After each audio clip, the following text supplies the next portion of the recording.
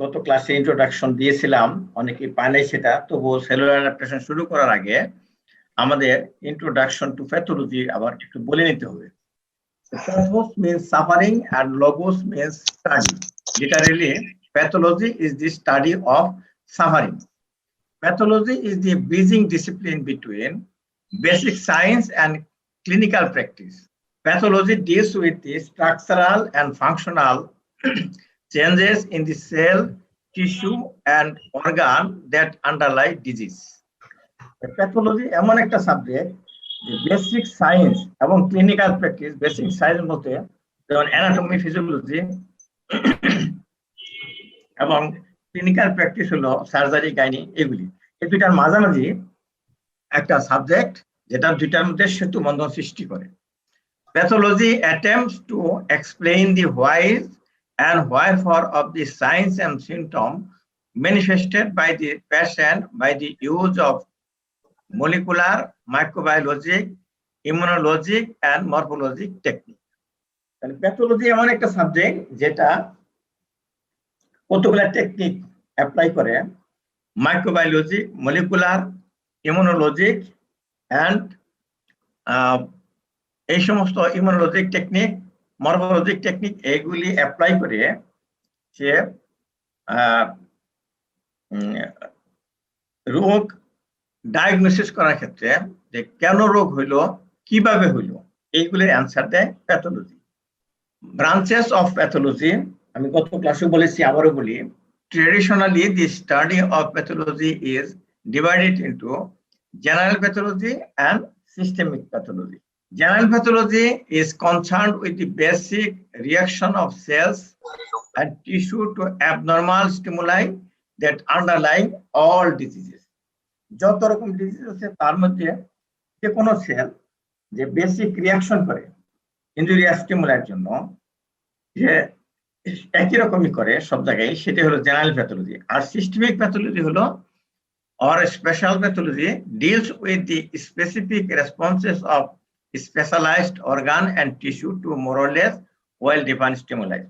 এক একটা সিস্টেমে যে তার আলাদা আলাদা ভাবে সে রিয়াকশন করে যে কোনো একটা স্টিমুলার এগেইনস্টে, সেগুলি বলা হয় সিস্টেমিক প্যাথোলজি।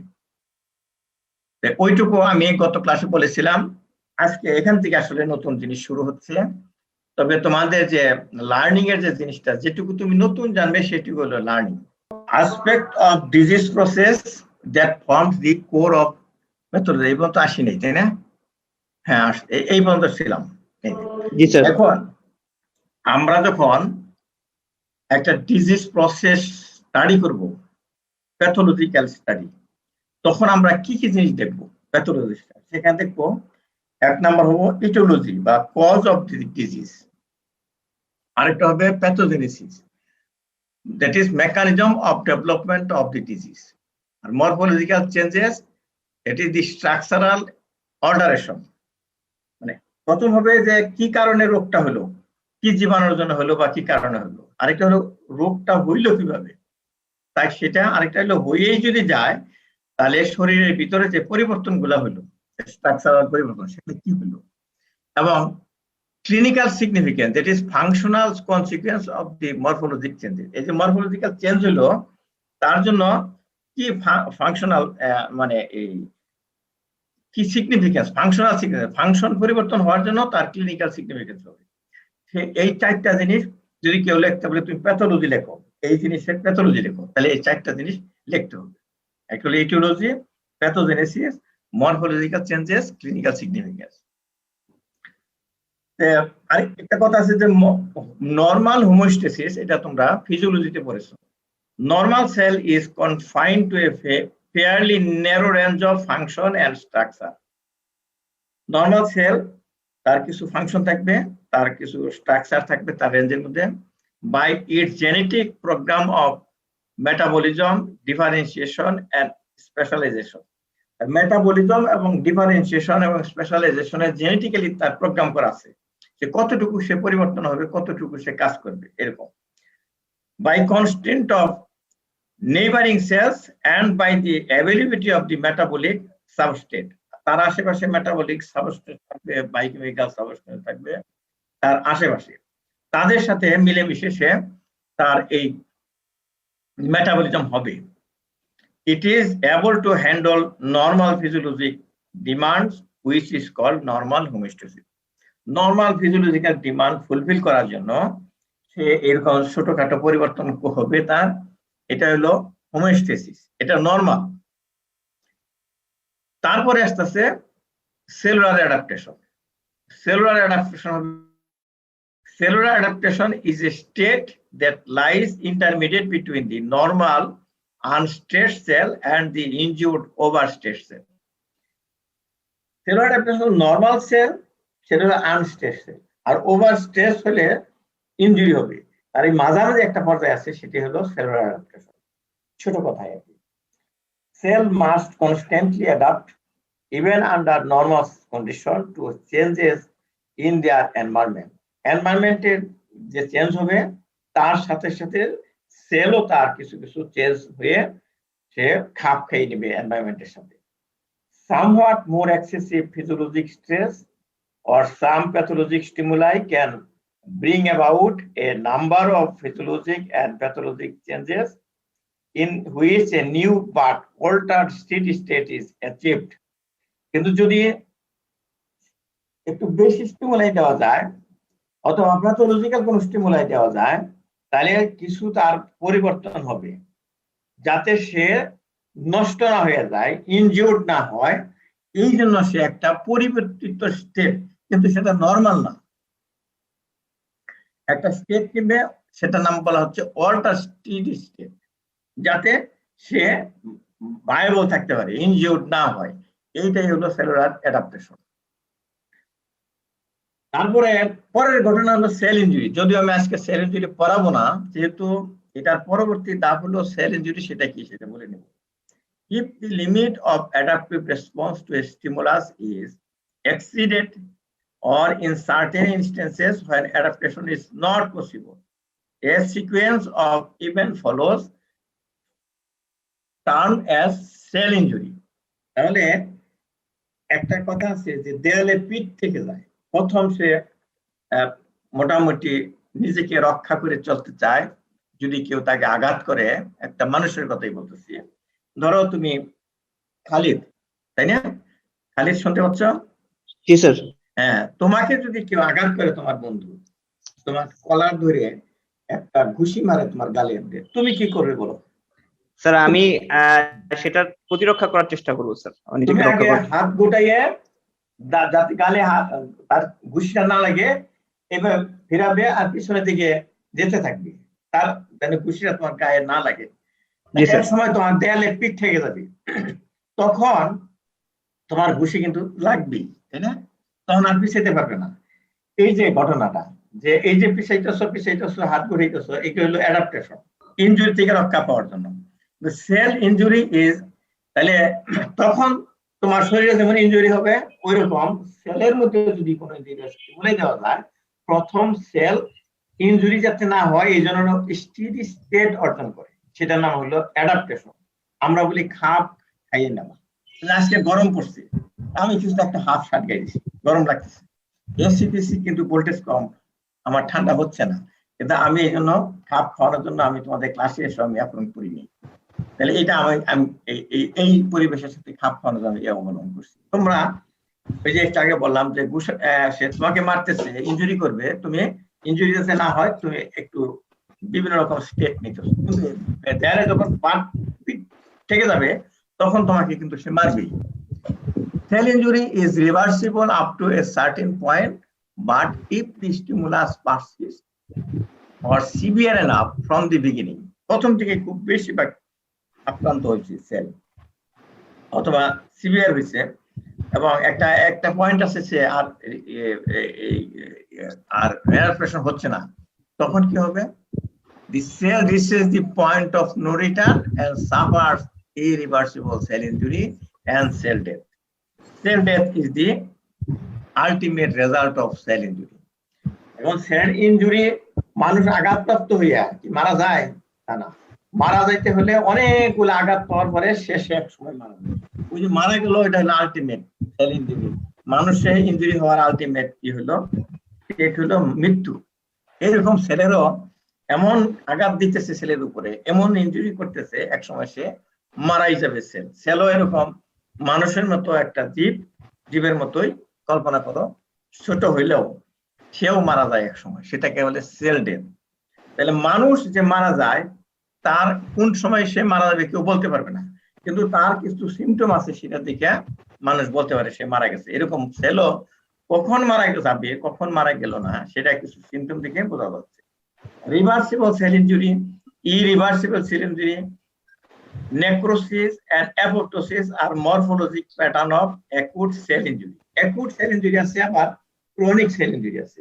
তো acute মানে অল্প অল্পক্ষণের, আর chronic মানে দীর্ঘক্ষণের। তাহলে অল্পক্ষণের ইনজুরির মধ্যে আছে এই irreversible cell injury, necrosis, apoptosis, এগুলা আজকে বুঝবে না, কিন্তু এর পরবর্তী ক্লাসে আসতেছে তখন বুঝাই দেব।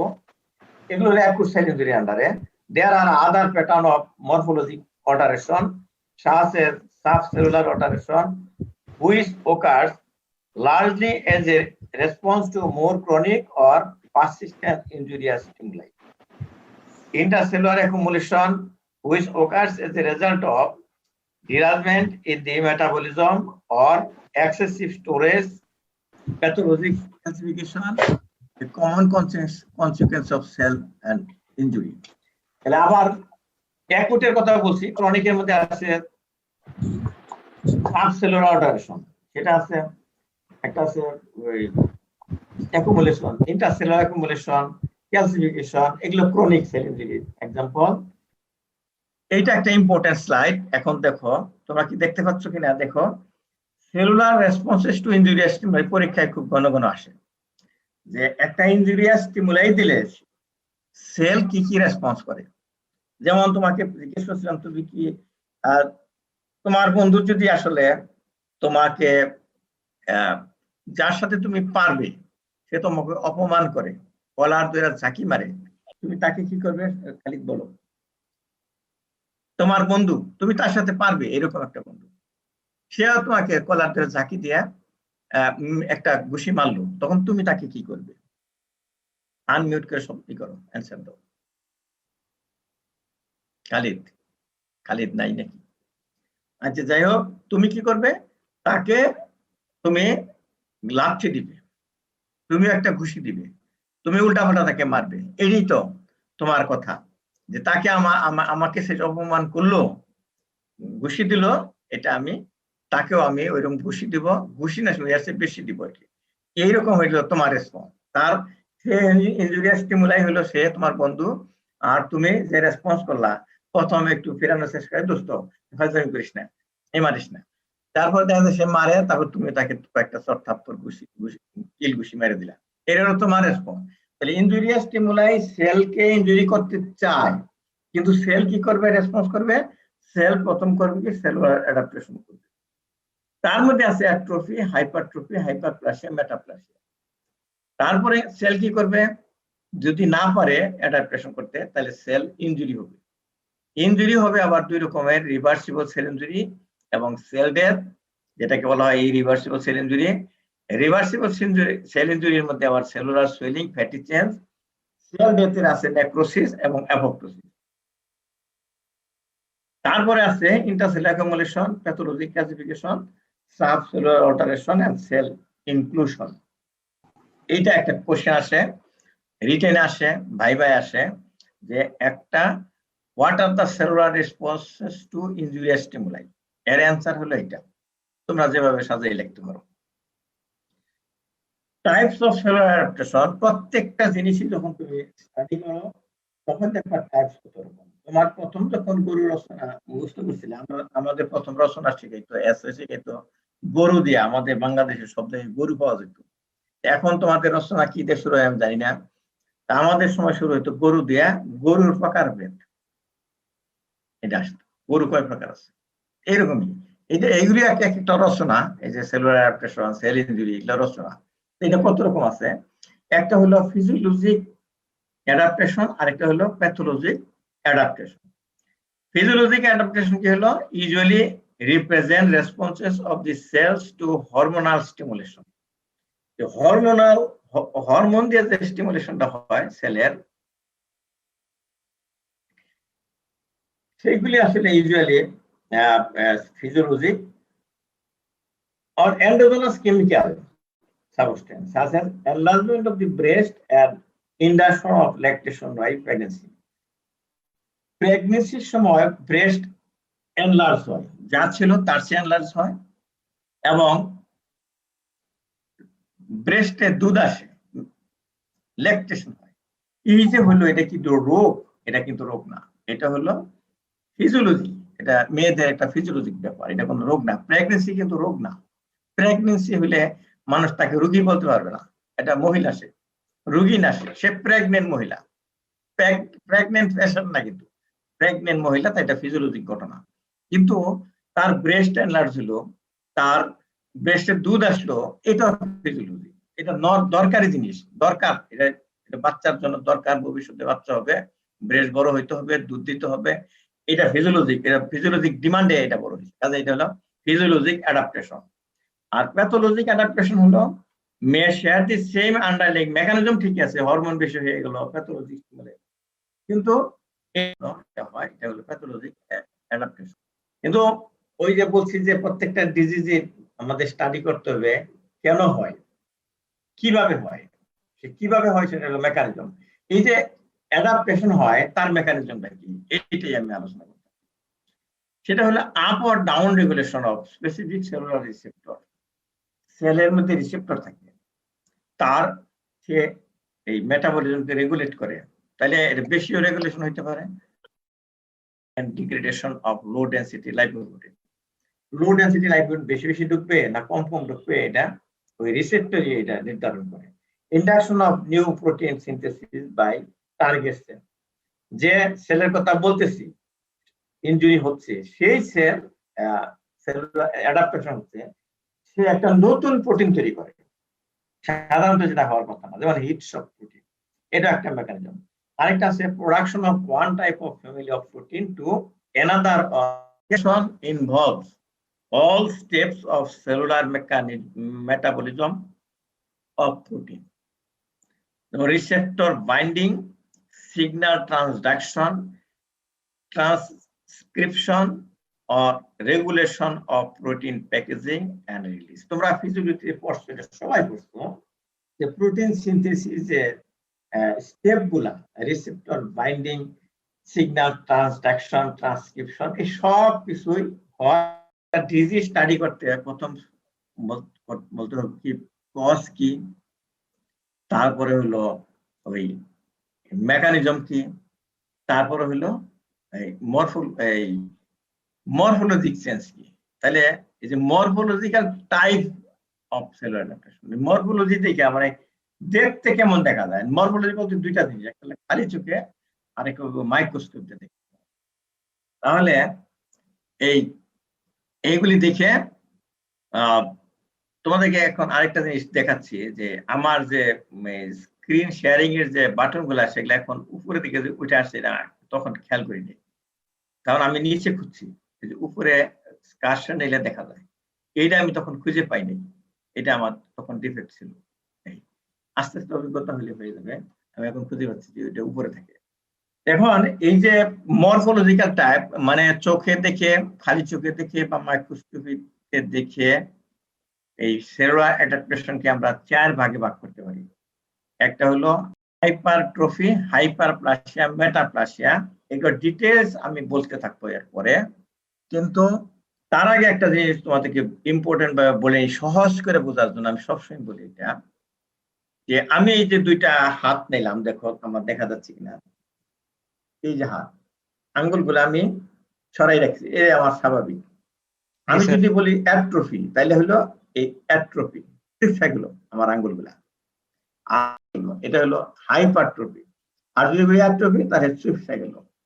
আর যদি বেশি সেল হয়ে গেল, তাহলে বলো আমার হাইপারপ্লাসিয়া। আমার হাত দেখতে পাচ্ছ, এই যে হাইপারপ্লাসিয়া এইভাবে। আর যখন বলি মেটাপ্লাসিয়া, সেল পরিবর্তন হয়ে যায়, একরকম হওয়ার কথা হয়ে যায় আরেক রকম, এইভাবে দেখাচ্ছি। তাহলে অ্যাট্রফি, হাইপারট্রফি, হাইপারপ্লাসিয়া, মেটাপ্লাসিয়া। এই এই এই যে অঙ্গ ভঙ্গিটা আমি করলাম, এতে তুমি অনেক কিছু বুঝে ফেলতে।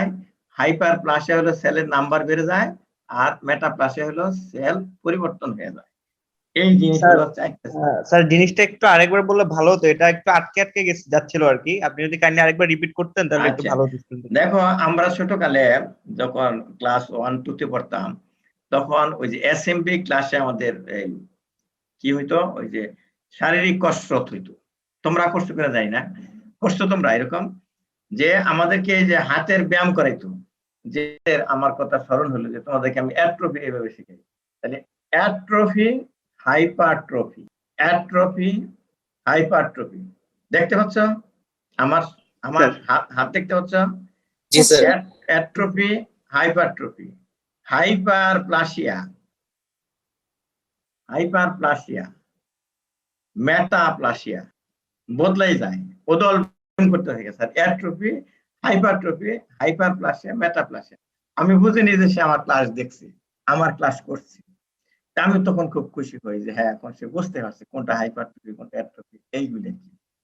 যাই হোক, আমি আবার অ্যাট্রফিতে চলে যাচ্ছি। কি হচ্ছে দেখো, হাইপারপ্লাসিয়া প্রথমে আমার ইয়েতে আসছে, রবিনসির বইয়ে প্রথম হাইপারপ্লাসিয়া আছে, তাই প্রথমে হাইপারপ্লাসিয়া নিয়ে আসছি স্লাইড। হাইপারপ্লাসিয়া, হাইপারপ্লাসিয়া ইজ, তুমি যদি নাও জানো এইটুকু বলো, hyperplasia is one type of cellular. যদি বলি গরু কি, গরু একটি গৃহপালিত জন্তু। ছাগল কি, ছাগল একটি গৃহপালিত জন্তু।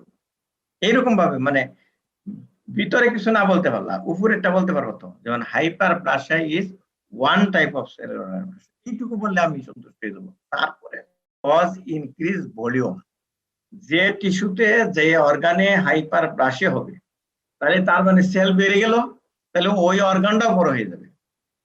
তাই বললাম, hyperplasia takes place if the cellular population is capable of synthesizing DNA, permitting mitotic division. DNA যদি সিনথেসিস না হয় তাহলে তো মাইটোসিস হবে না। তাহলে ওই সেলগুলা যেখানে হাইপারপ্লাসিয়া হয়, সেখানে ডিএনএ সিনথেসিস করার ক্যাপাবিলিটি থাকতে হবে। যারা যে সমস্ত সেল ঘন ঘন ডিএনএ সিনথেসিস করতে পারে, তাদের ওই সমস্ত সেল হবে হাইপারপ্লাসিয়া। এরও আবার টাইপ আছে, ওই যেহেতু অ্যাডাপ্টেশনের ফিজিওলজিক আছে, প্যাথোলজিক আছে, এটারতে আছে। ফিজিওলজিক হাইপারপ্লাসিয়া, এর মধ্যে আছে morphologic hormonal hyperplasia, compensatory hyperplasia, এটা ফিজিওলজিক হাইপারপ্লাসিয়ার মধ্যে। আর আছে pathologic hyperplasia. Hormonal physiologic hyperplasia মানে এটা শরীরের দরকার আছে, তাই এটাকে বলা হচ্ছে physiology. It occurs due to hormonal stimulation in response to physiologic demand. Physiology demand করতেছে, যেমন proliferation of glandular epithelium of the female breast at puberty. Puberty হলে 13 বছরের পরে যদি কোনো ফিমেলের যদি ব্রেস্ট ডেভেলপ না হয়, তাহলে এটা ফিজিওলজিক হলো না, এটা ভালো না। এই সময় 13 বছরের পরে এর একটা সৌন্দর্যের জন্য এবং সেক্সের জন্য তার এই ব্রেস্টের দরকার আছে, ফিজিওলজিক ডিমান্ড তার। এই জন্য তার বিয়ে হোক বা না হোক, তার বাচ্চা হোক বা না হোক, 13 বছর বয়সের পরে একটা মেয়ের ব্রেস্ট ডেভেলপ হবে, এটা তার ফিজিওলজিক ডিমান্ড। এটা এই যে ব্রেস্ট বড় হলো, ছেলেদেরটা বড় হলো না, তাহলে ছেলেদের ব্রেস্ট বড় হলে কিন্তু রোগ হয়ে গেল, মেয়েদেরটা বড় হলো কিন্তু রোগ না, এটা ফিজিওলজিক ডিমান্ড। কাজে এখানে এটাও হরমোনাল ইনফ্লুয়েন্সই হয়, এটা ফিজিওলজিক হাইপারপ্লাসিয়া। আরেকটা হাইপারপ্লাসিয়া হলো এই প্রেগন্যান্সি হলেও এই ব্রেস্ট আবার ডেভেলপ দ্বিতীয়বার, কারণ তার ভবিষ্যতে তার বাচ্চা হবে, তার বড় ব্রেস্টের দরকার হবে, বেশি বেশি দুধের দরকার হবে। তাহলে আগেরটা বড় হয়েছিল এক ডিমান্ডের জন্য, পরেরটা বড় হলো আরেক ডিমান্ডের জন্য। বড়দের জন্য ডিমান্ড, ওইটা হলো ছোটদের জন্য ডিমান্ড, দুইটা দুই রকম demand. And hyperplasia of pregnant uterus, এই যে প্রেগন্যান্ট ইউটেরাস, ছোট একটা ইউটেরাস, এর মধ্যে এত বড় একটা বাচ্চা থাকবে 3-4 কেজি ওজনের, তাকে তো ধরে রাখতে হবে। এই জন্য ওই প্রেগন্যান্ট ইউটেরাসের যে মাসুল আছে মায়োমেট্রিয়াম, এটাও হাইপারপ্লাসিয়া হইয়া এই বাচ্চাকে ধারণ করার মতো অবস্থা, আস্তে আস্তে বাচ্চা বড় হবে, আস্তে আস্তে ইয়ে বড় হবে, ওই ইউটেরাসও বড় হবে। এটা হলো adaptation, cellular adaptation physiology hyperplasia হয়। কম্পেনসেটরি হাইপারপ্লাসিয়া হলো একটা অংশ ফেলে দিলা, কেটে ফেলে দিলা, তাহলে এখানে কম পড়ে গেল, তাহলে ওইটুকু আবার ভরে যাবে, কম্পেনসেশন বলে থাকে, ক্ষতিপূরণ। একটা লিভারের অংশ কেটে ফেললা, তাড়াতাড়ি অন্যান্য যে লিভার সেল আছে সেটা পলিভার্সন হইয়া হাইপারপ্লাসিয়া ওই লিভারের অংশটা ভরে যাবে, এটাকে বলা হচ্ছে কম্পেনসেটরি হাইপারপ্লাসিয়া। আমি সৌদি আরবে দেখেছি অংশপিণ্ড, এটা নাকি রাখালরা মাঝে মাঝে কেটে কেটে খায়, কিছু কিছু অংশ রান্না করে খায়, তাজাই আছে কিন্তু সে ঘোরাফেরা করতেছে ধরে খায়, তো তাতে ক্ষতি হয় না। আবার কয়েকদিন পরেই দেখা যায় ওই লেজটুকু আবার ভরে গেছে তৈলাক্ত মাংস দিয়া। এটাও কম্পেনসেটরি হাইপারপ্লাসিয়া। এখন আসতেছে pathologic hyperplasia. Most form of pathologic hyperplasia are instances of excessive hormonal stimulation or are effect of growth factor on target cell. Growth ফ্যাক্টরের কাজ হলো গ্রোথ করা, তাহলে হাইপারপ্লাসিয়া করা। এই টার্গেট সেলে গ্রোথ ফ্যাক্টরের ইফেক্ট অথবা হরমোনের ইফেক্টের জন্য হয়, যেমন হাইপারপ্লাসিয়া অফ এন্ডোমেট্রিয়াম। ইউটেরাসে যে এন্ডোমেট্রিয়াম আছে এটার হাইপারপ্লাসিয়া হয়। এটা কোনোদিনই এটা নরমাল না। প্রলিফারেটিভ ফেজ আছে, কিন্তু হাইপারপ্লাসিয়া হইলো রোগ, তাহলে হাইপারপ্লাসিয়া হইলো রোগ হয়, কাজে এটা হইলো pathologic hyperplasia. Hyperplasia of prostate, ছেলেদের বেলায় যখন বয়স হইলে পরে 60-70 বছর বয়সে প্রোস্টেট এনলার্জ হয়, প্রোস্টেটের সেলের হাইপারপ্লাসিয়া হইলো, এটা হইলো প্রস্রাবকে বন্ধ করে দেয়, এটা অদরকারি, কাজে এটা হলো রোগ, এটা হলো প্যাথোলজিক হাইপারপ্লাসিয়া।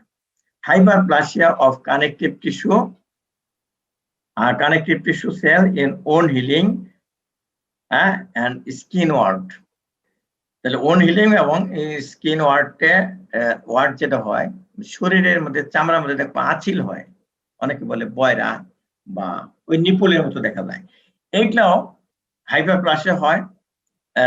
ওয়ার্টের ওইটাকে স্কিন ওয়ার্ট বলে। আর ওন হিলিং যখন হয় তখন ওখানে হাইপারপ্লাসিয়া অনেক বড় হয়ে একটা স্কার হয়ে যায়, কিলয়েড হয়ে যায়, ওইটা হাইপারপ্লাসিয়া।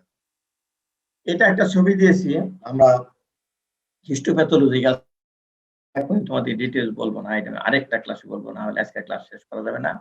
এটা সেই স্লাইড, প্রোস্টেটের স্লাইড। এখানে দেখো প্রোস্টেটের গ্ল্যান্ডগুলো তোমরা হিস্টোলজিতে দেখেছো, এরকম বড় ছিল না। এখানে দেখো যে ফোল্ডিং হয়ে গেছে ভিতরে, যে প্রজেকশন, পেপিলারি প্রজেকশন হয়ে গেছে, মানে এত সেল যে আঁকা বাঁকা হইয়া সাজানো আছে, আঁকা বাঁকা হইয়া সাজানো আছে। কারণ হলো যে এত সেল বেশি হয়েছে যে এখানে এই গ্ল্যান্ডের ভিতরে ধরতেছে না, এই জন্য এইদিকে বাঁকা হয়ে গেছে। এটা হলো প্রোস্টেটের হাইপারপ্লাসিয়া। প্রোস্টেট করানোর সময় আমরা বেশি করে পড়াবো, আজকে এটার সময় বেশি দিব না। এটা হলো এন্ডোমেট্রিয়াম। এন্ডোমেট্রিয়ামের গ্ল্যান্ড কিন্তু নরমালি এত বেশি থাকে না, তাহলে এখানে হাইপারপ্লাসিয়া হয়েছে, একটা প্যাথোলজি। এখানে এন্ডোমেট্রিয়াম অনেকগুলা গ্ল্যান্ড হয়েছে এবং একদম এলোমেলো হয়ে জড়সড় হয়ে গেছে, এটা হলো হাইপারপ্লাসিয়া। এরপরে আস্তে আস্তে হাইপারট্রফি। তাহলে হাইপারট্রফি বলছিলাম এই মানে যদি বিড়াল বড় হয়ে যায় তাহলে কি হবে, বিড়ালের সাইজ অনেক বড় হয়ে যায়। খালিদ বলো, বিড়ালের সাইজ অনেক বড় হয়ে গেলে কি হবে? বাঘ হবে স্যার। স্যার বাঘ হয়ে যাবে। আর বাঘ যদি ছোট হয়ে যায় তাহলে কি হবে? স্যার বিড়াল হয়ে যাবে। গুড, এই কথাটা বলার জন্য তোমাদের আমি চাচ্ছি যে এক বাংলাদেশি বাঘ, বাংলাদেশে বিড়াল, বাংলাদেশি বিড়াল আর ইংল্যান্ডের বিড়ালের সাথে নাকি যুদ্ধ হইতেছিল রেসলিং, কিন্তু বারবার বাংলাদেশটা জিতে। পরে বলে যে ভাই তুমি কি খাও যে তোমার এত শক্তি? ভাই আমি আসলে বিড়াল না, আমি বাঘ। তাহলে সে বুঝতে পারে নাই বাংলাদেশে যে বাঘ এত বড় হইতে পারে, ওরা বুঝতে পারেনি বিড়ালে, ওদের বিড়ালের সময় আমাদের বাঘ, এরকম। এই জন্য আমরা বারবার আমি বিভিন্ন সময় বলবো যে একটা বনের ভিতরে একটা বাঘ পাওয়া গেল, কেউ বলবে এটা বাঘ, কেউ বলবে এটা বিড়াল, কারণ একই রকম দেখতে, ছোট আর বড়। কাজেই একটা সেল যখন হাইপারট্রফি হবে সে সেল একটাই থাকবে, সে জাস্ট মোটা সরে অনেক বড় হয়ে যাবে, সেটা হলো হাইপারট্রফি। নাম্বার বাড়বে না এটা। তার মানে আমি দেখাচ্ছি এইভাবে, এইভাবে বড় হয়ে গেল এই। তাহলে increase in size of the cell resulting from synthesis of more structural component, ওর ভিতরে যত স্ট্রাকচার আছে সেগুলো অনেক বেশি হয়ে যাবে, তাই এটা বড় হয়ে যাবে। In response to increased functional demand or by specific hormonal, এটাও হবে এরকম ফাংশনাল ডিমান্ড। তার ডিমান্ড হচ্ছে এই সেলে চলবে না, আর সে মোটা অংশটা সেল লাগবে, তখন অথবা কোনো হরমোন দেওয়া হবে। এক্সাম্পল দিব আমি পরে। টাইপস অফ হাইপারট্রফি, এটাও ফিজিওলজিক হাইপারট্রফি আর প্যাথোলজিক হাইপারট্রফি। ফিজিওলজিক হাইপারট্রফির এক্সাম্পল দেই, hypertrophy of myometrium during pregnancy stimulated by estrogen. তাহলে প্রেগন্যান্সির সময় এই যে মায়োমেট্রিয়াম এটা হাইপারট্রফি, আগে বলছিলাম হাইপারপ্লাসিয়া হবে। তাহলে ইউটেরাসে দুইটাই হয়, যদি বলে এমন একটা অর্গান বলো যেখানে একই সাথে হাইপারট্রফি হয় এবং হাইপারপ্লাসিয়া, তাহলে বলবা প্রেগন্যান্ট ইউটেরাস। প্রেগন্যান্সিতে হাইপারট্রফিও হয় আবার হাইপারপ্লাসিয়া হয়, কি জন্য হবে? ওই অত বড় বাচ্চাটাকে ধরে রাখতে হবে, ইস্ট্রোজেনের ওখানে estrogen hormone stimulation. Hypertrophy of skeletal muscle of muscle builders induced by workload. যারা মাসল বিল্ডার, এই দেখবে এরকম করে ফুলায়, এরকম আমার মতো ফুলায় মাংসগুলার, এরকম মাংসপেশিগুলার দেখাই দেখি এরকম, এটা প্রতিযোগিতা হয় কে কত ফুলাইতে পারে। এরা হলো মাসল বিল্ডার। এরা করে কি, ওই যে ওয়েট লিফট করে, একদিন করে কি 20 কেজি, তারপর দিন করে 21 কেজি, তারপরে 30 কেজি, 40 কেজি, 50 কেজি, 80 কেজি। তো ও সেল বলে কি যে লোক তো খারাপ, ডেইলি তো 1-2-3 কেজি করে বাড়াইতেছে, আমি তো ছিঁড়ে যাব, আমাকেও ওইরকম ওই ওর ওজন যেরকম বাড়াইতেছে আমার সাইজও এরকম বাড়াইতে হবে, মাসুল যাতে মাসুল টিয়ার না হয়ে যায়, মাসুলও তখন হাইপারট্রফি হয়ে যায়। তাহলে কি হয়, ওই লোকটাই হাতের মাংসগুলো এরকম ফুলা ফুলা হয়ে যায়। এরকম মাসুল বিল্ডার তো তোমরা টেলিভিশনে দেখো, বাস্তবে না দেখলো, এইগুলিকে অনেক মেয়েরা পছন্দ করে না, শুনছি যে এইরকম মাসুল বিল্ডার থেকে পছন্দ করে। আবার আমাদের একজন ইন্ডিয়ান নায়ক আছে, সে তোমরা তখন সিনেমা দেখো না, আমরা তোমাদের মতো বয়সে সিনেমা দেখতাম, সে কিছুক্ষণ নেচে তার জামাটা খুলে ছুরি মারত, তার খালি গায়ে সে নাচতো, তার যে মাসুল গুলা খুব একটুই ছিল, মোটা সোটা ছিল, এটা দেখাইতো।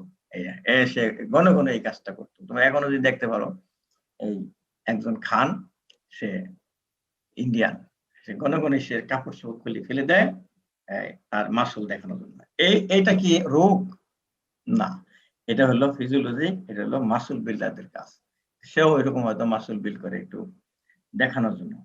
প্যাথোলজিক হাইপারপ্লাসিয়া, এটা হলো রোগ। প্যাথোলজি মানে রোগ। Hypertrophy of cardiac muscle induced by increased workload in hypertension or chronic hemodynamic overload. Blood ভেসেলে ময়লা জমে, আমরা বলি প্লেক, অ্যাথেরোস্ক্লেরোসিস হয়ে ব্লাড ভেসেল চিকন হয়ে গেছে, শক্ত হয়ে গেছে। এই নরম ব্লাড ভেসেল হলো নরমাল, নরমের জায়গায় শক্ত হয়ে গেলে বেশি প্রেসার দিতে হবে হার্টকে রক্ত সঞ্চালন করার জন্য, তাহলে হার্টের মাসুলেরও শক্তি বেশি লাগবে, তখন এটাকে হাইপারটেনশন বলা হয়। তাহলে এই ইনক্রিজ ওয়ার্কলোড হয়, তখন লেফট ভেন্ট্রিকুল করে কি পেরিফেরিতে হার্টের ব্লাড গুলোকে পাঠানোর জন্য তার শক্তি বেশি প্রয়োজন হয়, কাজেই এই হার্ট তখন হাইপারট্রফি হয়। লেখা থাকে যে লেফট ভেন্ট্রিকুলার হাইপারট্রফি, অনেক জায়গায় লেখা থাকে রিপোর্টে, লেফট ভেন্ট্রিকুলার হাইপারট্রফি হলো এইটা। কি হয়, এই হাইপারটেনশন যাদের আছে তাদের হয়, এটা রোগ। এরপরে আসতেছে অ্যাট্রোফিতে। Atrophy is one type of cellular adaptation in which there is shrinkage মানে চুপসে যাওয়া, shrinkage in the size of the cells by loss of cell substance. সেলের যে সাবস্টেন্স আছে লস হইতে থাকে আর সে চুপসে যেতে থাকে। When a sufficient number of cells are involved in entire tissue or organ diminishes in size or become atrophic. অনেক sell যখন অ্যাট্রফি হয়ে যায় তখন ওই অর্গানটাই চিকন হয়ে যায়, ওই অর্গানটাই ছোট হয়ে যায়, অ্যাট্রফি হয়ে যায়। এই অ্যাট্রফির কজ কি? ডিক্রিজ ওয়ার্কলোড, কাজ দেয় না বা কাজ করে না, এই জন্য এই অ্যাট্রফি হয়ে যায়। কাজ নাই, সে মোটা সোটা থেকে কি করবে, চিকন হয়ে যায়। লস অফ ইনারভেশন, নার্ভই প্যারালাইসিস হয়ে গেছে। নার্ভ প্যারালাইসিস হলে হাত পা লড়াচড়া করে না, কাজেই নড়াচড়া না করলে কাজ হয় না, কাজ না হইলে অ্যাট্রফি। ডিমিনিশড ব্লাড সাপ্লাই, তাহলে ব্লাড সাপ্লাই যদি ডিমিনিশ হয়, অক্সিজেন কম আসবে, নিউট্রিয়েন্ট কম আসবে। নিউট্রিয়েন্ট ছাড়া কি মোটা সোটা হওয়া যায়? তোমরা যারা যারা বেশি বেশি খাও তারা দেখো কত শুধু মোটা সোটা হয়েছে, আর যারা যারা কম খাও ক্ষুধামন্দ তাদের শরীর শুকনা। এখানেও তাই, ব্লাড সাপ্লাই নাই, তাহলে কিভাবে সে মোটা সোটা হবে? কাজে সে শুকিয়ে যায়। ইনএডুকুয়েট নিউট্রিশন, খাদ্যই কম পায় সে। আর loss of endocrine stimulation, endocrine ছাড়া, ওই হরমোন ছাড়া তো মেটাবলিজম হয় না, কাজেই। আর হলো এজিং, বয়স হইলে পরে যতই মোটা সোটা থাকুক সেল, ও শুকনা হবি। এক্সাম্পল দেই কিছু অ্যাট্রফির, পরীক্ষা আসে। when a limb is immobilized, আমি না পড়ে আমি বলি যে একটা লিম্বকে, হাত বা পা ভেঙে গেছে, কাঁচ দিয়া বেঁধে রাখা হলো, তাহলে এটা লড়াচড়া করলো না 1.5 মাস, কোনো কাজ করলো না, তাহলে এটা অ্যাট্রফি। আর in late life the brain undergoes progressive atrophy. অনেক বয়স, এখনো আমার ব্রেন ভালো আছে, আমার বয়স 60-এর উপরে, কিন্তু আরো বেশি বয়স হলে তোমাদের হতে তুমি ক্লাস নিতে পারবো না যদি বেঁচে থাকি। কারণ হলো যে তখন ব্রেন আস্তে আস্তে অ্যাট্রফি হইতে থাকে। তো অ্যাট্রফিক ব্রেনে এখনকার ব্রেনের মতো কাজ করবে না। কেন হয় এটা বলেছে, অ্যাথেরোস্ক্লেরোসিস হইয়া, এটা তোমরা এখনো করানো হয় নাই, ন্যারো হয়ে যায় ব্লাড ভেসেলগুলা, ব্রেনে রক্ত চলাচল কমে যায়, ব্রেনটা অ্যাট্রফি হয়ে যায়। সংক্ষেপে বললাম। এটাও 2 রকম আছে, physiologic atrophy, pathologic atrophy. Physiologic loss of endocrine stimulation following menopause, menopause হইলে ব্রেস্ট, ইউটেরাস এগুলি শুকিয়ে যায়, ছোট হয়ে আসে, এটা হলো এন্ডোক্রাইন স্টিমুলেশন থাকে না। তাই প্যাথোলজিক হলো এই প্যারালাইসিস হলে নার্ভ, লস অফ নার্ভ, তাহলে pathologic atrophy. Mechanism of atrophy, atrophy represent a reduction in structural components of cells. তাহলে অ্যাট্রফি মেকানিজমটা কি, যে তার যে স্ট্রাকচার আছে সেলের, আমরা যেগুলো জানি অর্গানেলিগুলা, এগুলা রিডাকশন হইতে থাকে। The cell contains fewer mitochondria, microfilament and lesser amount of endoplasmic reticulum. এই যে অর্গানেলিগুলা, এটা কমে আসবে। There is finely regulated balance between protein synthesis and degradation. সেলে প্রোটিন সিনথেসিস হবে, আবার বেশি সিনথেসিস হলে খারাপ, ওটা আবার ডিগ্রেডেশন হবে। তাহলে এটার মধ্যে একটা ব্যালেন্স আছে। যদি বেশি বেশি ডিগ্রেডেশন হলো, মানে নষ্ট হইলো, ভাঙলো, তাইলে অ্যাট্রফি হবে। ব্যালেন্স ঠিক নাই, যতগুলা ভাঙবে অতগুলা তৈরি হইতে হবে। Slight increase of degradation over a long period of time may result in atrophy. অল্প অল্প করে ডিগ্রেডেশন হচ্ছে, অনেক দিন পর্যন্ত ডিগ্রেডেশন হচ্ছে, তাহলে কি হবে, সে ওই তার অ্যাট্রফি হবে। এমনি হয়তো বোঝা যাচ্ছে না, অল্প অল্প করে হচ্ছে অনেক দিন পর্যন্ত। ইন্ট্রাসেলুলার নন লাইসোসোমাল প্রোটিনেজ হলে role in such protein degradation. Proteinase কি করে, এটাকে লাইসোসোম ডিগ্রেডেশন করতে থাকে, non lysosomal proteinase. Atrophy also accompanied by marked increase in number of autophagic vacuole. সেলের সাইটোপ্লাজমে অটোফেজিক ভেকুল মানে নিজের অর্গানেলি খেতে থাকে এই ভেকুল গুলাই, ফ্যাগোসাইটোসিসের মতো করে। সেলের ভিতরেই থাকে অটোফেজিক ভেকুল গুলা, সেলেরই অর্গানেলি খায়, এটা এনগালফ করে, এটার নাম হলো অটোফেজিক ভেকুল। তোমরা অনেক আছে না, নিজেকে নিজেই দংশন করো, পরীক্ষার সময় সারা বছর ক্লাস করে না, পরীক্ষার দিনে এসে কিছু লিখতে হয় না, বসে বসে হাত কামড়াই, হাত চিবায়। আমি বলছি এরকম নিজের হাত নিজে চিবাইতেছো, এখন সারা বছর কিছু লেখাপড়া করো নাই, আজকে তুমি নিজের হাত নিজে চিবাইতেছো, এটা এইরকম হইলো, নিজেকে নিজে খায়, অটোপেজিক বেকুস। এটা শেষে হলো মেটাপ্লাসিয়া, এটি শেষ হবে আজকে, আরো আগে শেষ হতো, আমাদের একটু প্রথম দিকে ওই ডিস্টার্ব হয়েছে, দুঃখিত, আমি প্রথম বুঝতে পারি একজন স্ক্রিন শেয়ার চাইছে, কন্ট্রোল চাইছে, রিমোট কন্ট্রোল, আমি ইয়েস দিয়ে দিচ্ছি, সে আমার কম্পিউটার দিচ্ছে বন্ধ করে, তারপরে সে হ্যান্ড ওভার নিয়ে নিচ্ছে আমার স্ক্রিনে, তোমাদের যার জন্য তোমাদের ডিস্টার্ব হয়েছে। এইটা আমার নতুন অভিজ্ঞতা হলে ইনশাল্লাহ এরকম হবে না। এতক্ষণ শেষ হয়ে যেত, তোমরা ধৈর্য সহকারে আর কিছুক্ষণ শোনো। মেটাপ্লাসিয়া, তোমাদের চেয়ে আমার বয়স বেশি, তোমাদের শক্তি আমার চেয়ে বেশি, আমি যদি এতক্ষণ ক্লাস নিতে পারি, তোমরাও ধৈর্য সহকারে বসে বসে শুনতে পারো, তোমরা একটু ধৈর্য ধরো। Metaplasia is one type of cellular adaptation in which one adult cell type is replaced by another adult cell type. এগুলি অ্যাডাল্ট সেল, মানে পরিপক্ক সেল, ম্যাচিউর সেল, সেইখানে যেটা থাকার কথা অন্য সেল দিয়ে রিপ্লেস হয়ে গেছে। থাকার কথা কোলামনার সেল হয়ে গেল স্কোয়ামাস সেল, থাকার কথা স্কোয়ামাস সেল হয়ে গেল কোলামনার সেল। তাহলে এই স্কোয়ামাস সেল অ্যাডাল্ট সেলটাই কোলামনার সেল অ্যাডাল্ট সেল, এটা রিপ্লেস হয়ে যায়, এটাই হলো metaplasia. Example of metaplasia, epithelial metaplasia আছে, আবার কানেকটিভ টিস্যু সেল মেটাপ্লাসিয়া আছে।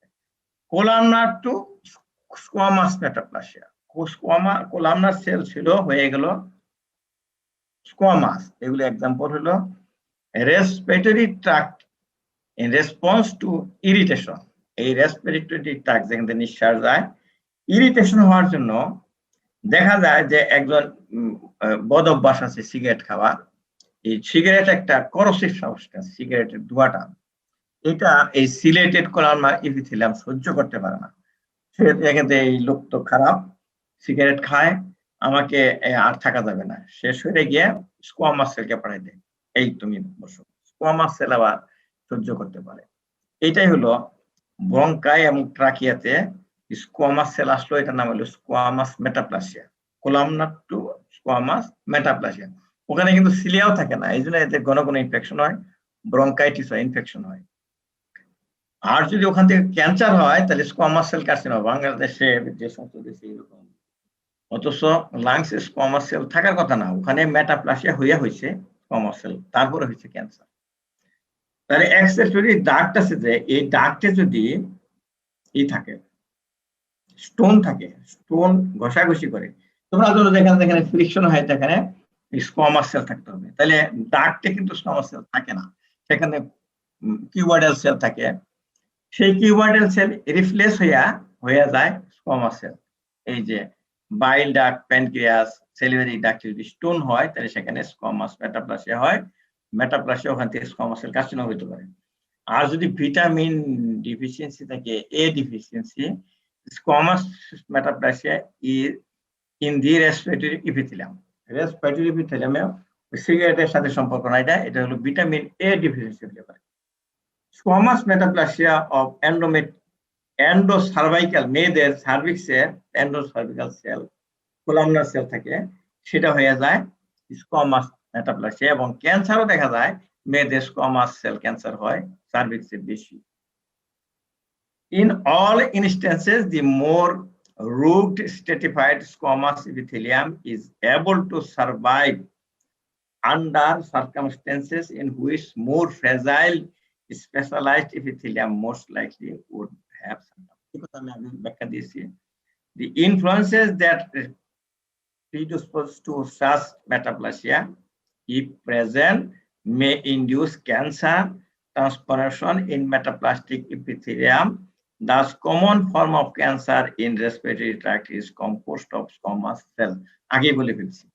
এখন হচ্ছে স্কোয়ামাস থেকে কোলামনার হওয়া, তাহলে ইসোফেগাসের লোয়ার এন্ডে থাকে স্কোয়ামাস সেল।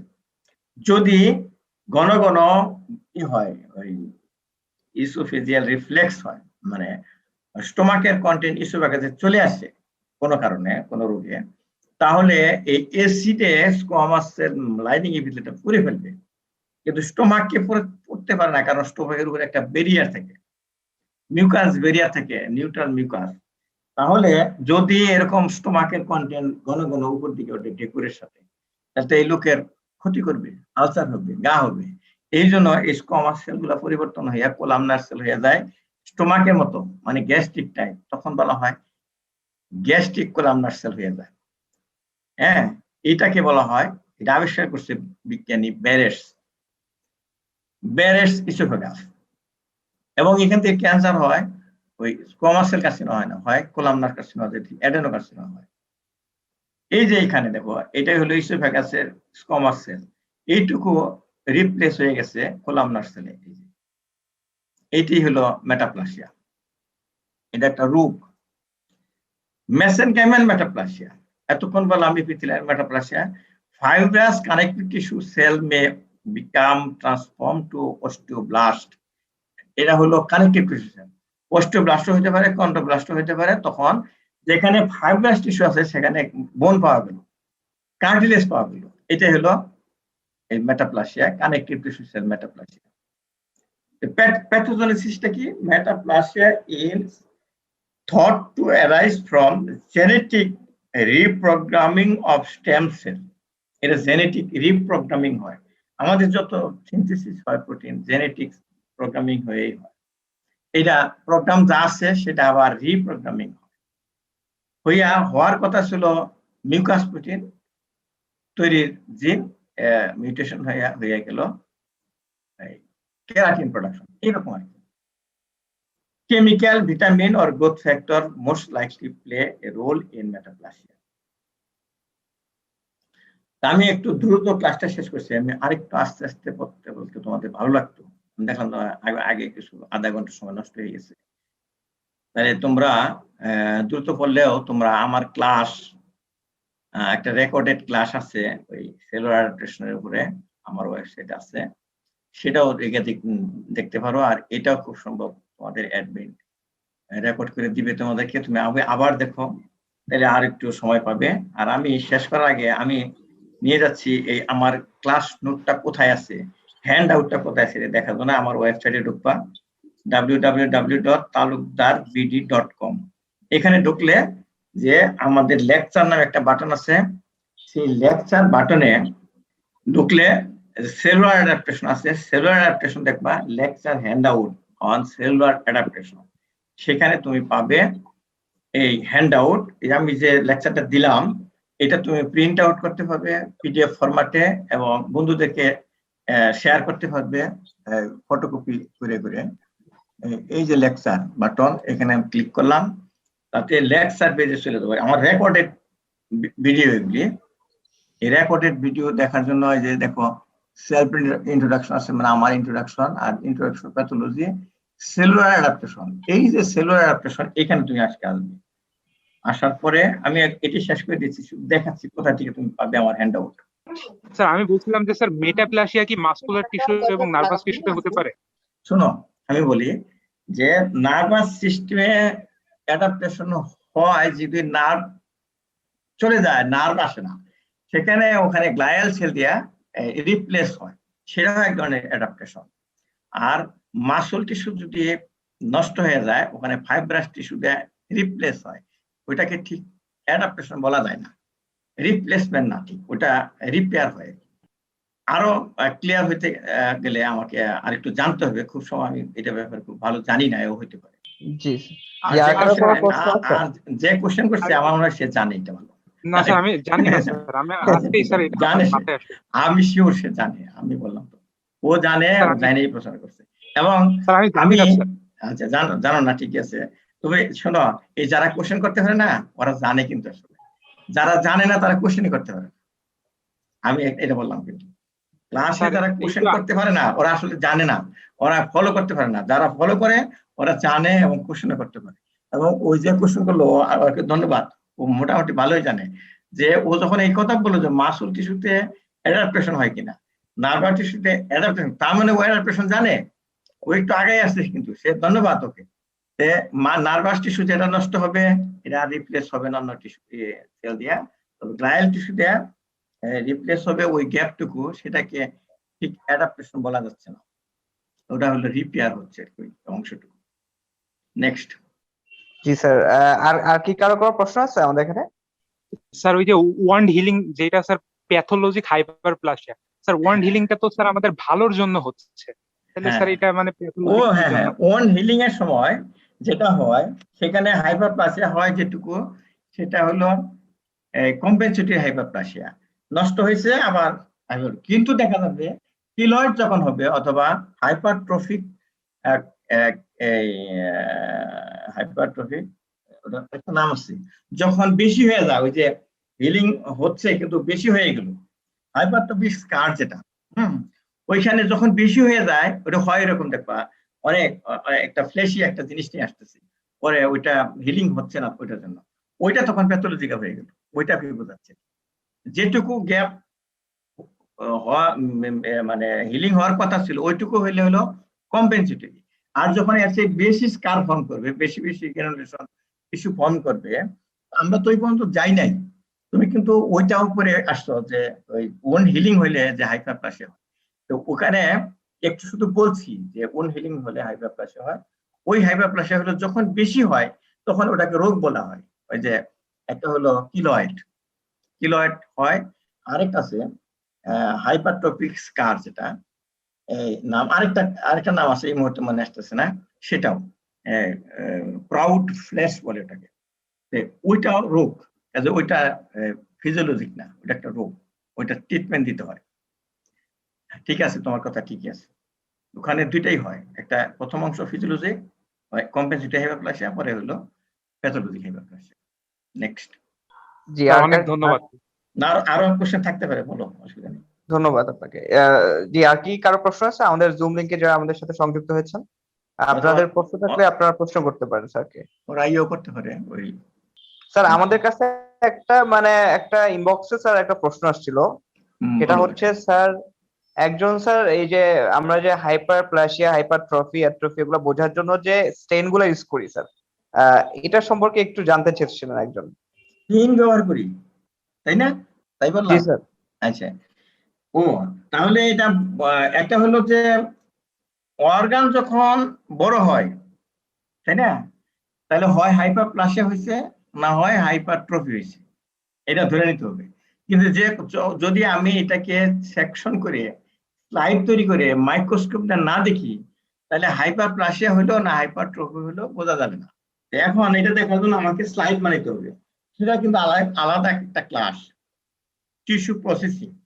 তোমরা যেটা হিস্টোলজিতে করে আসছো, আমরা করি হিস্টোপ্যাথোলজি, সেটার জন্য কিন্তু আমার একটা ক্লাস আছে টিস্যু প্রসেসিং। তখন আমি ডিটেলস কিভাবে স্লাইড তৈরি করে, কিভাবে স্লাইডকে কি কি দেখতে হয়, আজকে শুধু দুইটা স্লাইড দেখাইছি, একটা হলো হেমাটোক্সিলিন অ্যান্ড ইউসিন, এই স্টেন করে দেখলাম। এই হেমাটোক্সিলিন এবং ইউসিন স্টেন করে হাইপারট্রফি না হাইপারপ্লাসিয়া আমরা বুঝতে পারি, এবং অহরহ আমরা এটা দেখতেছি, প্রোস্টেটিক হাইপারপ্লাসিয়া, এন্ডোমেট্রিয়াল হাইপারপ্লাসিয়া, তারপরে হাইপারট্রফি লেফট ভেন্ট্রিকল ওই অটোপসিতে দেখি, তারপরে হাইপারট্রফি বিভিন্ন জায়গায় হাইপারট্রফি দেখি আমরা, এটা দেখা যায়, ইজিলি দেখা যায়, এবং এটা মরফোলজিক্যাল চেঞ্জ।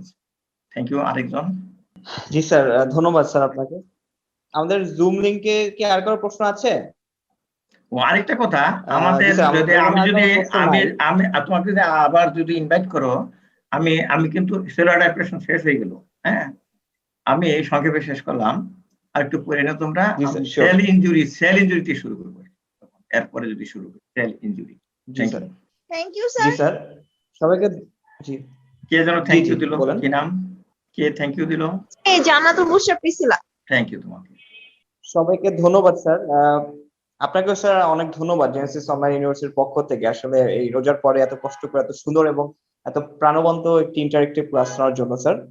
আরো ভালো হবে, ওই আমরা আমি তোমাদের সাথে যতই ইজি হবো আমার ক্লাস আর তত ভালো হবে। আমি চাচ্ছিলাম যে তোমরা দুইজন আমার সাথে অবিরত ইন্টারঅ্যাকশন করবে। স্টুডেন্টরা আজকে যারা অংশগ্রহণ করেছে তারা ক্লাসটি উপভোগ করেছে। হ্যাঁ স্যার আপনাকে অনেক ধন্যবাদ আমাদের পক্ষ থেকে, এবং যারা স্টুডেন্ট যারা ছাত্রছাত্রী আমাদের যারা জুম লিংকে আমাদের সাথে যুক্ত হয়েছিলেন তাদেরকেও আমরা আন্তরিক ধন্যবাদ জানাই। সবাইকে ধন্যবাদ জানিয়ে আজকে আমাদের এই ক্লাসটি আমরা এখানে শেষ করছি। ধন্যবাদ স্যার।